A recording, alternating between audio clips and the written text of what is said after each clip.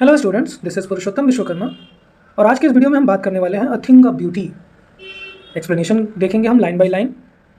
ये जो कविता है उसको जॉन कीट्स ने लिखा और जॉन कीट्स का जन्म 1795 में हुआ था और इनकी डेथ 1821 में अल्पायु में ही इनकी मृत्यु हो जाती है। इनका जो नज़रिया रहा है नेचर के प्रति वो कैसा रहा है वो बड़े अच्छे से इस कविता में इन्होंने दर्शाने का प्रयास किया है। ये जो कविता है वो एंडीमियन अ पोएटिक रोमांस से ली गई है जो पब्लिश हुई थी 1818 में, यानी इनकी मौत के 3 साल पहले। इसमें क्या कहा गया, एंडीमियन एक ग्रीक लेजेंड है, एक शेफर्ड है और वो लेटमस माउंटेन पे रहता है। एक बार उसको सपना आया, विज़न दिखा उसको मून गॉडेस सिंथिया का और फिर उसने सोच लिया कि मैं इसी से प्रेम करूँगा। लेकिन उसके बाद मून गॉडेस सिंथिया उसको नहीं दिखी। फिर खोजने लगा मून गॉडेस को, तमाम रियलम्स को पार करते हुए समुद्र के थ्रू, जंगलों के थ्रू, पहाड़ों से होकर के घूमता है। तमाम तरह के जीव जंतु उसे दिखाई देते हैं। तो वो जो बातें कहता है एक सुंदर वस्तु के बारे में कि सुंदर वस्तु कैसे सूदिंग इफेक्ट देती है, कैसे एक कोमलता का एहसास होता है, कैसे एक शांति प्रदान करती है सुंदर सी वस्तु, उसके बारे में इन्होंने बड़े अच्छे से बताया है। इनके अनुसार अगर हम देखें तो ये कहते हैं कि एक सुंदर वस्तु अनंत आनंद प्रदान करती है। इसकी सुंदरता कभी ख़त्म नहीं होती, ये बढ़ती ही रहती है, ये कभी समाप्त नहीं होती। और तो और जीवन जो है सुंदर वस्तुओं की वजह से सार्थक होता है, क्योंकि ये सुंदर वस्तुएं हमें जीवन के दुखों, अंधकार, निराशा जो हमारा जीवन भरा हुआ है इन चीज़ों से, उससे दूर करती हैं, निकालने का प्रयास करती हैं। तो आगे देखते हैं लाइन बाय लाइन। उससे पहले हम बात करेंगे कि इस कविता को पढ़ने से पहले 2 क्वेश्चन पूछे। What pleasures does a beautiful thing give us? एक सुंदर सी चीज़ हमें किस तरह का जो आनंद है, खुशी है, वो प्रदान करती है। किस तरह की खुशियाँ? तो बहुत सारी खुशियाँ। अलग अलग लोगों के लिए सुंदरता का पैमाना अलग अलग होता है। किसी को कोई चीज़ सुंदर दिखती है, किसी को कोई सुंदर दिखती है। किसी को नेचर में ब्यूटी अच्छी लगती है, किसी को किसी इंसान में, किसी को कोई रंग अच्छा लगता है, किसी को कोई जानवर बड़ा अच्छा लगता है, किसी को पेड़ पौधे अच्छे लगते हैं, किसी को फूल, किसी को सूर्य, किसी को चंद्रमा। तमाम चीज़ें हैं, ये अलग अलग लोगों के लिए अलग अलग होता है। Are beautiful things worth treasuring? बिल्कुल, हमें सुंदर चीज़ों को संजो के रखना चाहिए, क्योंकि जब भी हम जीवन में कभी दुखी होंगे, वो सुंदर चीज़ें जब हम देखेंगे या उनको याद करेंगे तो हमारे चेहरे पे एक मुस्कान आ जाती है। आइए देखते हैं line by line. A thing of beauty is a joy for ever.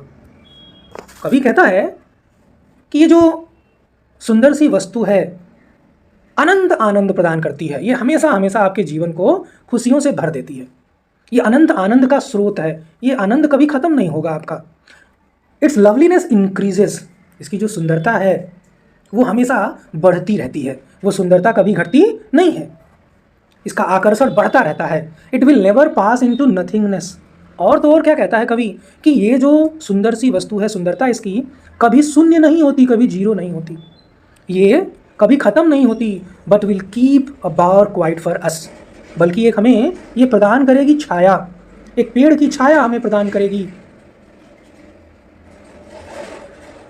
एक ऐसी छाया जहाँ पे हम आराम से बैठ सकते हैं, आनंदित महसूस कर सकते हैं।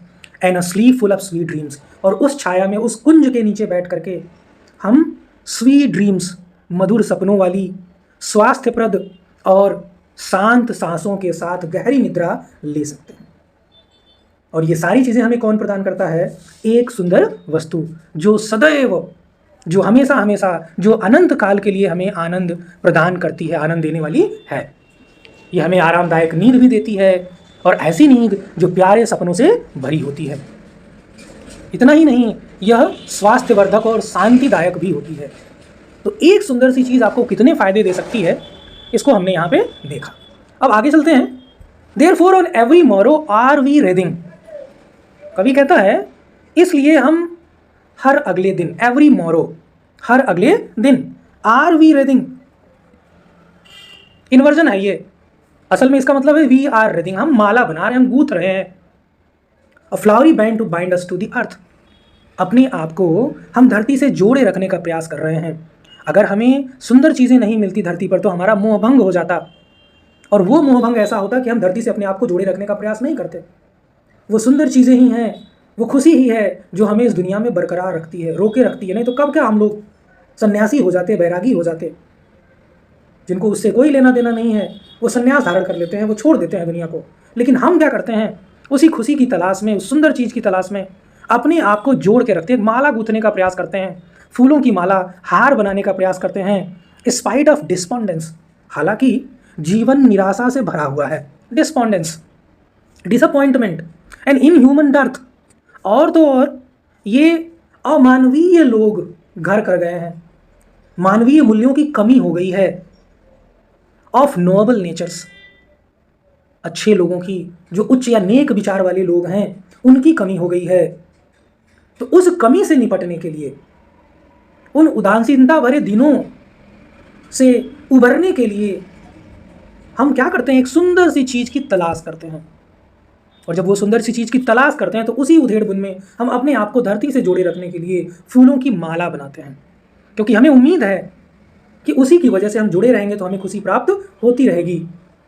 क्योंकि जीवन अंधकारमय है, उस अंधकार में जीवन से, उदासीनता भरे दिनों से, ऑफ द ग्लूमी डेज, जो ग्लूमी डेज हैं, उदासीनता वाले दिन हैं, of all the unhealthy and over darkened ways, unhealthy जो अस्वास्थ्यकर हैं, ओवर डार्केंड और अति अंधकार, ओवर डार्केंड मतलब अति अंधकार, अत्यंत अंधकार भरे मार्ग हमारे रास्ते में हैं।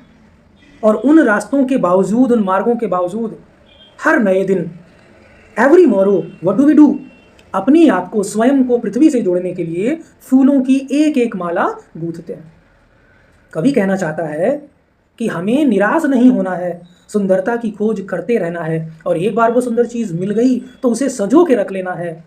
और इसी उम्मीद में, भले ही हमारा दिन कितना भी उदासीनता से भरा हुआ हो, अस्वास्थ्यकर हो, इन सब के बावजूद हम अपने आप को जोड़े रखते हैं, फूलों की एक एक माला गूंथते रहते हैं।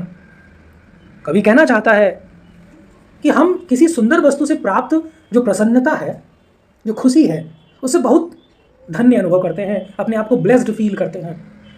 और इस धरती से जुड़े रहने की जो हमारी चाह है, नहीं छोड़ सकते हैं, बहुत स्वार्थी हैं, इंसान बहुत स्वार्थी होता है, और उसी स्वार्थ में प्रतिदिन फूलों की माला गूंथते हैं।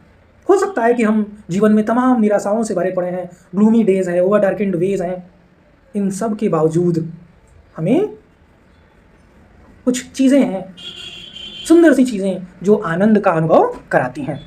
Yes, in spite of all, आगे बढ़ते हैं। कवि कहता है कि इन सब के बावजूद, इन सारी चीज़ों के बावजूद, yes in spite of all some shape of beauty, इन सब चीज़ों के बावजूद सम शेप ऑफ ब्यूटी। अब आप बहुत निराश हैं, थके हुए हैं, हारे हुए हैं, लेकिन अचानक से जो सुंदर चीज़ आपके जेहन में बनी हुई है, आपके दिलो दिमाग पे छाई हुई है, उसके दर्शन आपको हो जाएं, फिर वो सारे दुख के बादल आपके छट जाते हैं। वो सुंदर सी चीज़ जिसको आप बहुत पसंद करते हैं, काफ़ी दिनों से आपने उसको देखा ना हो, अचानक से उसको देख लिया, आपके सारे दुख दूर हो जाते हैं।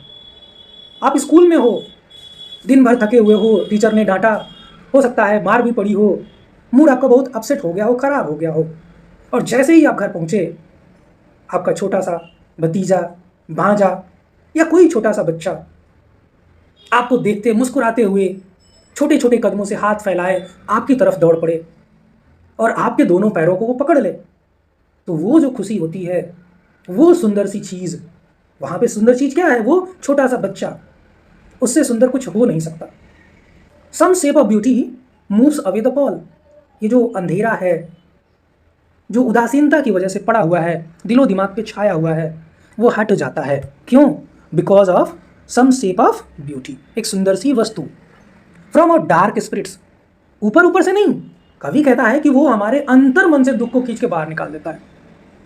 जो हमारे अंतर मन में दुख है, शारीरिक नहीं, अंतर मन से, अंतरात्मा से दुख को बाहर निकालने की शक्ति उस सुंदर सी वस्तु में है। और जैसा कि मैंने आपको बताया पहले ही कि हर व्यक्ति के लिए सुंदरता के पैमाने, मानक अलग अलग होते हैं। अब हम बात करेंगे कि कवि के हिसाब से क्या सुंदर चीज़ें हैं। कवि क्या कहता है? Such the sun the moon. कवि कहता है कि ऐसी सुंदर चीज़ें क्या हो सकती हैं?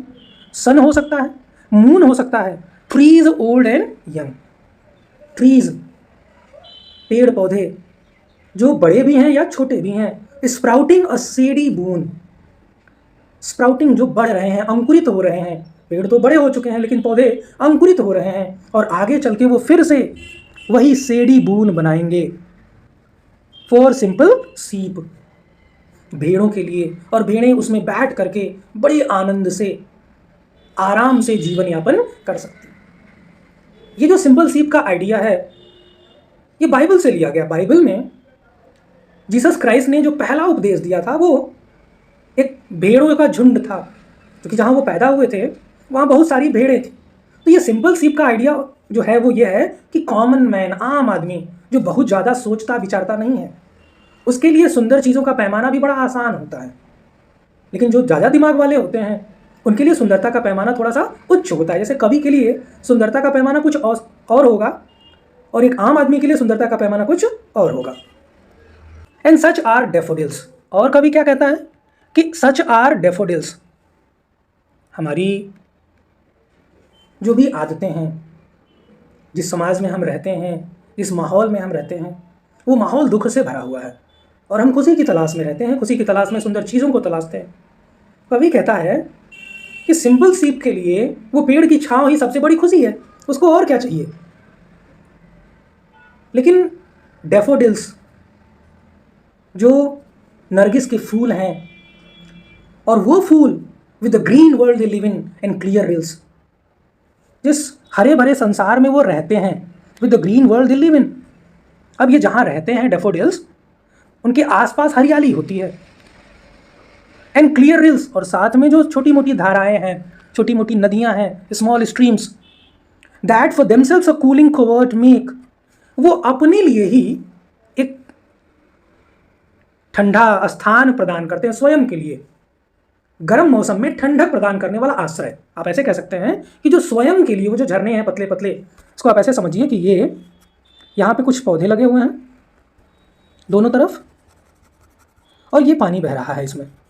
तो ये जो रिल्स हैं ये स्वयं के लिए ही गर्मी के मौसम में ठंडक प्रदान करने वाला आश्रय बना लेते हैं। गेंस द हॉट सीजन, कौन से मौसम में? गर्मी के मौसम में। The mid forest break, break मतलब होता है थिकेट, झाड़ी, और मिड फॉरेस्ट मतलब बीच में। तो आप ऐसे समझिए कि चारों तरफ से पौधे लगे हुए हैं, ये स्ट्रीम है, पानी बह रहा है, इधर से पौधे लगे हुए हैं, कुछ झाड़ियां हैं, थिकेट्स हैं, उनके बीच से ये होके जा रहा है। Rich with sprinkling of fair musk rose blooms, ये भरा हुआ है, पूरी तरह से खिला हुआ है, जंगल की झाड़ियों के बीच पूरी तरह से खिला हुआ है। कौन सा फूल? Musk rose, musk rose blooms, इसमें कस्तूरी गुलाब के फूल खिले हुए हैं। And such too is the grandeur of the dooms, और आगे फिर कवि कहता है कि ऐसा ही जो भव्यता है, उन मकबरों की भव्यता है, such too is the grandeur of the dooms we have imagine for the mighty dead. हम देखते हैं किसी मकबरे को या बहुत बड़े किले को, तो हम याद करते हैं कि उस व्यक्ति ने जब इसको बनाया होगा, उसकी वैभव को देखते हैं, उसकी शानो शौकत को देखते हैं, तो हमें याद आता है कि कितने शक्तिशाली वो लोग रहे होंगे, और फिर हम उनकी कल्पना करने लगते हैं, महाराणा प्रताप की, रानी लक्ष्मीबाई की हम कल्पना करने लगते हैं। ये वो लोग थे जो महान लोग थे, ताकतवर लोग थे, तमाम ऐसे राजा हुए जिन्होंने बहुत सारी चीज़ें बनवाई। तो जब हम उन चीज़ों को देखते हैं तो हमें याद आता है, और उसमें भी हमें सुंदरता दिखाई पड़ती है, क्योंकि हम उन मरे हुए लोगों के लिए कल्पना करते हैं। फॉर द माइटी डेड, वो शक्तिशाली जो लोग थे जो मर गए, उनके बारे में सोचने लगते हैं। और इतना ही नहीं, जब हम सोचते हैं तो वो सभी all lovely tales that we have heard are read, तो हमें याद आता है वो सारी सुंदर कहानियाँ, मधुर कहानियाँ जो हमें सुनाई गई हैं, हमने सुना है या फिर हमने पढ़ा है। An endless fountain of immortal drink, ये जो चीज़ें हमने ऊपर पढ़ी, चाहे वो सन हो, मून हो, ट्रीज यंगर ओल्ड हो, डैफोडिल्स हो, क्लियर रिल्स हो, जो स्वयं के लिए ही कूलिंग कवर्ड बनाती हैं, एक आश्रय प्रदान करती हैं, शेल्टर बनाती हैं, या झाड़ियों के बीच में खिले हुए मस्क रोजेस, कस्तूरी गुलाब, ये सारी चीज़ें प्रकृति से ली गई हैं। और ये जो प्रकृति है ये हमें सुंदरता प्रदान करती है। अभी हमने जो पढ़ा कि जो डूम्स हैं, जो गुंबद बने हुए हैं, उनके बारे में, उनका जो वैभव है, शान है, वो हमें याद दिलाता है उन मरे हुए, शक्तिशाली मरे हुए लोगों के बारे में। और ये भी वैसे ही सुंदर दिखते हैं जैसे कि प्रकृति की सुंदर वस्तुएं। कवि आगे कहता है, ये जो प्रकृति है, ये जो नेचर है, an endless fountain of immortal drink. Nature जो है वो क्या है? An endless fountain of immortal drink. Endless, अनंत बहता हुआ, फाउंटेन, फव्वारा, ऑफ इमॉर्टल ड्रिंक, इमॉर्टल, अमरता, अमृत बह रहा है। Pouring unto us from the heaven's brink, जो हमारे ऊपर उड़ेला जा रहा है, जो हम पी रहे हैं या हमें प्राप्त हो रहा है। कहाँ से? फ्रॉम हेवेंस ब्रिंक, यानी स्वर्ग के किनारे से वो निरंतर हमारे ऊपर उड़ेला जा रहा है, वो हमारे अंदर उड़ेला जा रहा है, एक तरह का अमरता का प्रिय अमृत, एलेक्सिर। हम कह सकते हैं कि हम इन चीज़ों से अपने जीवन में प्रसन्नता का अनुभव करते हैं।